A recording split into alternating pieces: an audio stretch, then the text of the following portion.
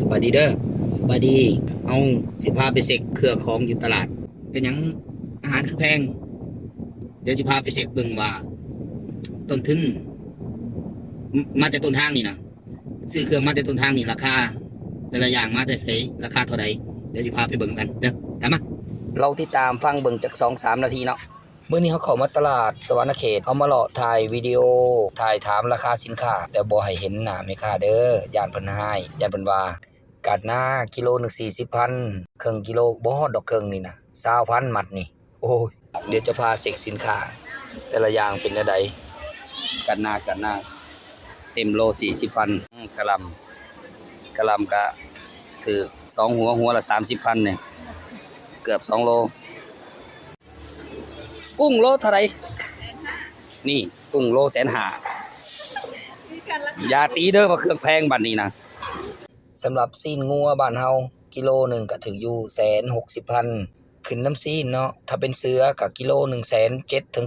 200,000ส่วนสินค้าเครื่องย่อยเกือบ 80% มาจากฝั่งไทยกับเวียดนามนี่ก็เป็นโซนสินค้าของเครื่องย่อยเด้อทุกอย่างต้องไปตามเศรษฐกิจเนาะทุกคนคือเงินมาตลาด3 ล้านก็บ่พอช่วงแล้วปีใหม่นี้นักหนาเส้นข้าวเปียกโล25ยังบ่มีขายเกินไปดอก แหละบ่ต้องตีบัดนี้ฮะว่าขายหยังคือแพงแท้เครื่องได้บ่แพงนึงอยู่ตลาดนี่แหมอยู่ไหนต้นกล้าไหม3 ล้านเข้าไปได้แค่นี้ เครื่องคอยได้ซ้ำนี้แหละซ้ำนี้3 ล้านเป็นจะได้บัดนี้ ตามนั่นแหละราคาเห็นบ่เฮาขายเครื่องฟาซิตี้ว่าแพงหลายก็บ่ได้เด้เพราะว่าต้นทุนมาแพงแฮงเครื่องของเฮาจะบ่ตีเครื่องอยู่ตลาดว่าแพงว่าเป็นหยังจังว่าซั่นเพราะว่าค่าของมันอ่อนเด้มันก็ต้องไปตามเศรษฐกิจไปตามกระแสโลกเลยเนาะกรัมก่อนสิปลูกมามันก็ต้องผ่านปุ๋ยแรงงานคัดกรองแล้วมาขายมันแรงงานเนาะมันก็ต้องขึ้นแล้วเนาะปุ๋ยมันก็ขึ้นทุกอย่างขึ้นแน่นอนจะมาหอตลาดมันจะขึ้นคือการทุกอย่างไม่ต้องการหน้าคือกันการหน้าเคยซื้อปีกายเนาะราคาแพงสุดกับ12 คนกีบราคาการหน้านะแต่ว่ากลับมาปีนี้คือเห็นแหละ40,000กิโลหนึ่ง40,000นี่ตอนซื้อตลาดวายได้ตอนต้องซื้อยามนี่จังได้ถ้าซื้อแต่เช้านะกิโลหนึ่ง50,000กันนะเนี่ยกรัมคือกันจากเคยซื้อกิโลหนึ่ง8,000กิโลแพงได้แพงมันกิโล8,000สอบหนึ่งตกอยู่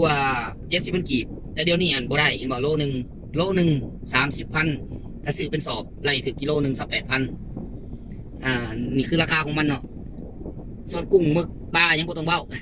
ราคาขึ้นหมดทุกอย่างเทียบใส่เงินบาทไทยก็จะตีใส่เพราะว่าสินค้าส่วนใหญ่มาแต่ทางไทยกับทางเวียดเบิดบริษัทเพราะฉะนั้น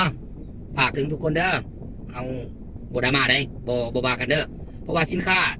แต่ละอย่างเป็นหยังก็เปียกขึ้นราคาแต่ก็เคยซื้อกับเปียกถ้วยนึง15,000 18,000เนาะ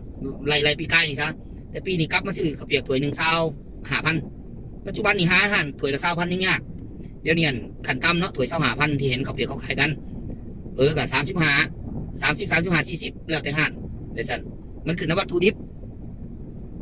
โอเคตามนี้แหละ มีหยังบ่คักบ่แน่คอมเมนต์มาบอกกันเด้อหรืออยากให้เฮาไปลองซื้อเครื่องของสินค้าตัวใดที่ว่าจะว่าแพงเดี๋ยวเฮาจะพิสูจน์ให้เบิ่งเนาะว่าเป็นหยังจังแพง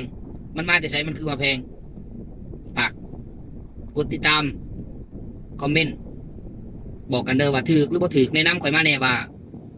ข่อยเฮ็ดนี่มันข่อยเฮ็ดแบบนี้มันโอเคบ่